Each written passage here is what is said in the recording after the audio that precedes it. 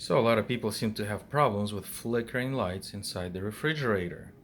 I've looked at a few YouTube videos and some say that maybe it's the crimped wire, maybe the something is wrong in there. You got to replace the unit, the light unit.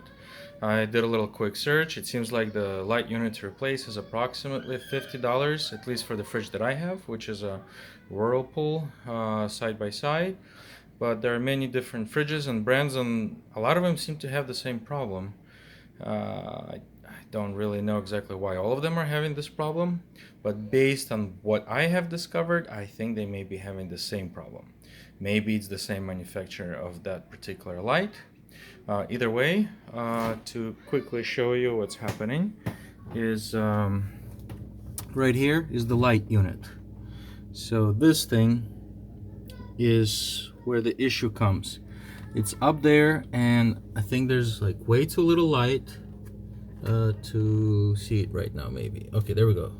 So there's not enough space for this, and so this part right here, this cable has this little attachment that pops in. That's how you replace this whole light fixture. So in there, I think it has dislocated, broke the connection. So if you can see, I have this little set of wires. So I soldered it.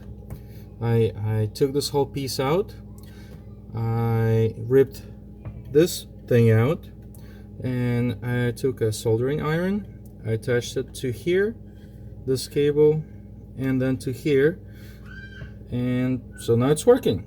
It was flickering for a while, for a few months, until I finally fixed this. So that's that. The connection between this and this was broken.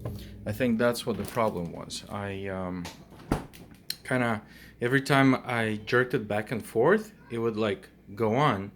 So I thought something was definitely off there. I don't think it was just a crimped wire. And I think that's what it is with most of those units. So this video is not really a how to, but what to. So if you want to fix it yourself, and you know how to use a soldering iron, then you should do it very quick, like 5 minutes and you're done. If you don't know how to do it, my suggestion is just get a new unit.